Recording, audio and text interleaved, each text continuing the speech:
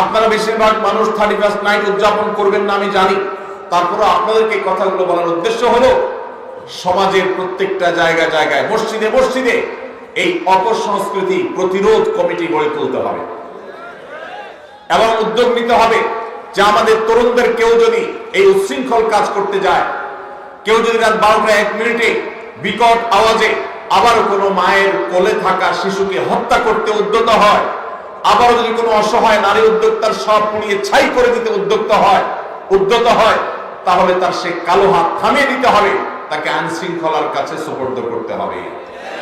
ভাইরা আমার, এখানে আমার অনেক স্কুল কলেজের অনেক বন্ধুরা আছেন, অনেক তরুণরা আছে।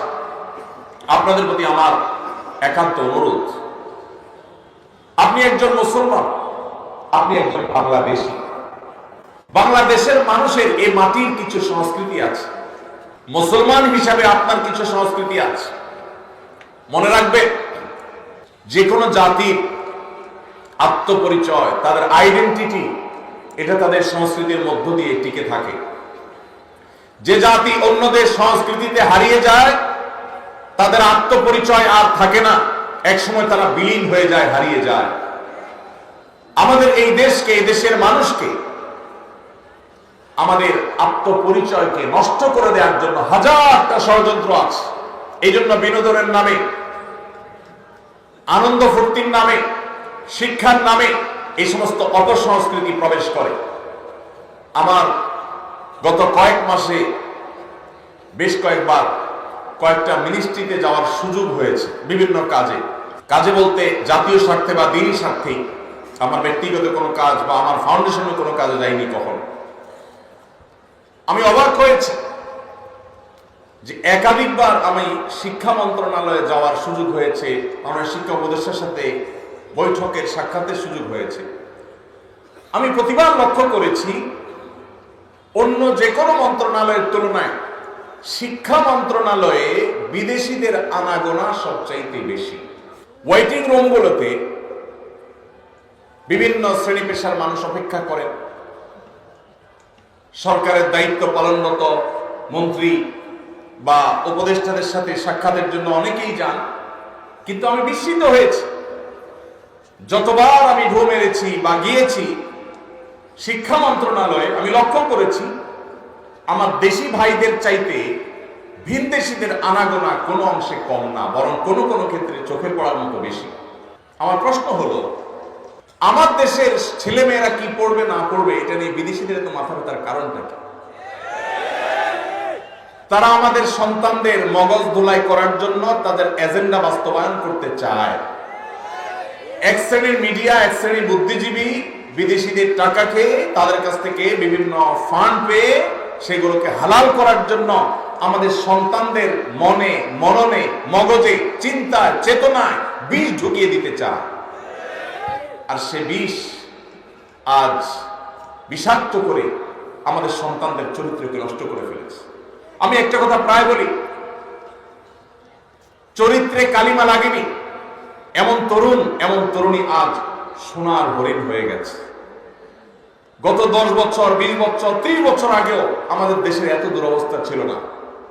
আমি এই জন্য যে কথাটি বলছিলাম, আমরা পলিটিক্যাল ফ্যাসিজমের বিরুদ্ধে কথা বলি, কিন্তু কালচারাল ফ্যাসিজমের বিরুদ্ধে আমরা কথা বলি না। আমাদের উপরে যে সাংস্কৃতিক যুদ্ধ চাপিয়ে দেওয়া হয়েছে, আমরা মুসলমানের সন্তান মুখে দাবি করছি, কালিমা মুখে পাঠ করছি, অথচ আমার আচার আচরণে, আমার চিন্তা চেতনায়, আমার মননে, আমার মানসিকতায় ভিনদেশীদের চিন্তা চেতনা এমন ভাবে গ্রাস করে ফেলছে যে আমি নিজেও টের পাচ্ছি না, ধ্বংসের দ্বারপ্রান্তে আমি চলে যাচ্ছি।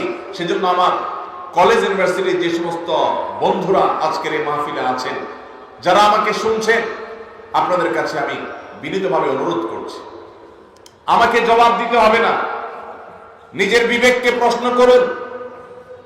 আপনি যখন 31st নাইটে আকাশে টাকা উড়াচ্ছেন, বরং পোড়াচ্ছেন, ঠিক তখন যে বিল্ডিং এর ছাদ থেকে আপনি ফানুস উড়াচ্ছেন, টাকা পোড়াচ্ছেন, ওই মুহূর্তে আপনি নিচে তাকালে দেখবেন হয়তোবা রাস্তার ধারে শুয়ে আছে কোনো বনি আদম।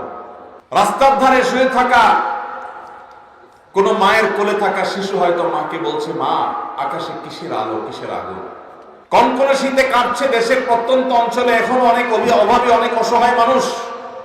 এইরকম একটা পরিস্থিতিতে জাস্ট আপনি ফুর্তি করার জন্য অগ্নিপূজকদের কালচারকে আমদানি করে আপনি আকাশে টাকা পোড়াচ্ছেন।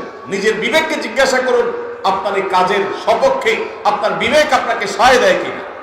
ভাইরা আমার, একজন ইমানদার তার জীবনের একটি বছর যখন পার হয়ে যায়, নতুন একটি বছর যখন আসে, এটা তার জন্য আনন্দের কারণ হয় না। সব নতুনের আগমন মানুষের আনন্দের কারণ হয় না, বরং মানুষের বিবেকে করাঘাত করে কোন নতুনের আগমন। একজন ফাঁসির দণ্ডপ্রাপ্ত আসামির কাছে নতুন দিন, নতুন রাত, নতুন সপ্তাহ, নতুন মাস, নতুন বছর এটা আনন্দের কারণ হয় না। কারণ যত সময় সামনের দিকে অগ্রসর হয়, লোকটা তত ফাঁসির কাষ্ঠের দিকে এগিয়ে যায়।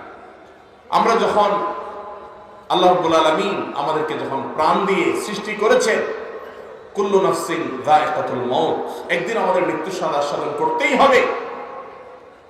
একটি বছর চলে আসা মানে হলো আমার বাজেট থেকে, আমার হায়াত থেকে একটি বছর খসে পড়া, কবর দিকে এগিয়ে যাওয়া। একজন মুসলমান, একজন বিবেকবান মানুষ এই জন্য নতুন বছরের দোরগোড়ায় দাঁড়িয়ে ফুর্তি করতে পারে না। এটা বাস্তবতা বিবর্জিত, হাস্যকর, অযৌক্তিক একটি কালচার, যেটি অগ্নিপূজকেরা করত। আজ বিজ্ঞান মনস্ক হওয়ার দাবি করে যারা এই কাজগুলো করছে, তারা নিজেরা ধ্বংস হচ্ছে, আমাদের সমাজকে ধ্বংসের দ্বার প্রান্তে নিয়ে যাচ্ছে। বিধায় এই 31st নাইটের এই কালচার, এই অপসংস্কৃতি, এটিকে আমাদের দেশ থেকে ঝেঁটিয়ে বিদায় করতে হবে ইনশাআল্লাহ। ভাইরা আমার, প্রতি বছর আমাদের দেশে শহরের যে সমস্ত 5 স্টার হোটেলগুলো আছে, বিভিন্ন ক্লাব, সমিতি এবং বারগুলো আছে, আপনি পত্রপত্রিকা খুললে, গুগল করলে, অনলাইন সার্চ করলে দেখতে পাবেন কোটি কোটি টাকা, মিলিয়ন মিলিয়ন ডলার এই সমস্ত হোটেলগুলোতে খরচ করা হয়, ফুর্তি করা হয় শুধুমাত্র 31st নাইট উদযাপন করতে গিয়ে। সংস্কৃতি যেখানে, তার উৎপত্তি যেখানে, ধর্ম, অঞ্চল বা ভাষা, এই 31st নাইটের সাথে এ অঞ্চলের, এদেশের মানুষের ভাষা বা ধর্মের কোন সম্পর্ক যেহেতু নাই, অতএব এই কালচার কি আমাদের কালচার? এই সংস্কৃতি কি আমাদের কালচার, সংস্কৃতি? তাহলে যে সংস্কৃতি আমাদের সংস্কৃতি নয়, যে সংস্কৃতি মায়ের কোলের শিশুকে হত্যা করে, যে সংস্কৃতি পরিবেশকে দূষিত করে, যে সংস্কৃতি পরিবেশকে ধ্বংস করে, যে পরিবেশ মানুষকে সর্বস্ব করে, যে পরিবেশ অগ্নিকাণ্ডের ঘটনা ঘটাতে পারে, যে পরিবেশ উন্মাদনা সৃষ্টি করে, সেই পরিবেশ বা সেই সংস্কৃতি, সেটা কখনো আমাদের দেশে থাকতে পারে না। আমরা সরকারের কাছে উদাত্ত আহ্বান রাখতে চাই, 31st নাইট উপলক্ষে শুধুমাত্র পটকা ফুটানো আর ফানুস উড়ানো বন্ধ করা নয়, বরং 31st নাইটের এই সংস্কৃতিটাকে নিষিদ্ধ করা হোক। ভাইরা আমার, আমরা আমাদের তরুণদেরকে মহল্লায় তাদেরকে কাউন্সিলিং করব, বুঝাবো। 31শে ডিসেম্বর দিনের বেলায় মহল্লা আপনাদের প্রতি আমার আহ্বান, যে যুবকদেরকে বোঝানো শুরু করেন, যে যুবক কোন অবস্থাতে এই টাকার অপচয় করা তোমার ইসলামের সাথে যায় না, ইমানের সাথে যায় না। এই ভিনদেশী সংস্কৃতিকে তুমি কখনো আলিঙ্গন করতে পারো না। আমরা যদি সবাই সচেতন হই, সবাই যদি সচেতনতার এই কাজে লেগে যায়, সবাই যদি সবাইকে সতর্ক করি, সবাই যদি দাওয়াতের কাজ করি, ইনশাআল্লাহ আমাদের তরুণরা এই বিপদগামিতা থেকে ফিরে আসবে। এবং যে সমস্ত মিডিয়া, যে সমস্ত তথাকথিত বুদ্ধিজীবীরা আমাদের দেশে সমস্ত অপসংস্কৃতি চাপিয়ে দিতে চায়, তাদের বিরুদ্ধে আমাদের কথা বলতে হবে, মুখ খুলতে হবে। আল্লাহ তাআলা আমাদের সবাইকে সেই তৌফিক দান করুন। সবাই এই জন্য দাওয়াতি কাজ করতে প্রস্তুত আছেন তো ইনশাআল্লাহ? আল্লাহ তাআলা আমাদের সবাইকে এই অপসংস্কৃতিকে দূর করার জন্য কার্যকর ভূমিকা পালন করার তৌফিক দান করুন। আস-সুন্নাহ ফাউন্ডেশন, উম্মার স্বার্থে, সুন্নাহর সাথে।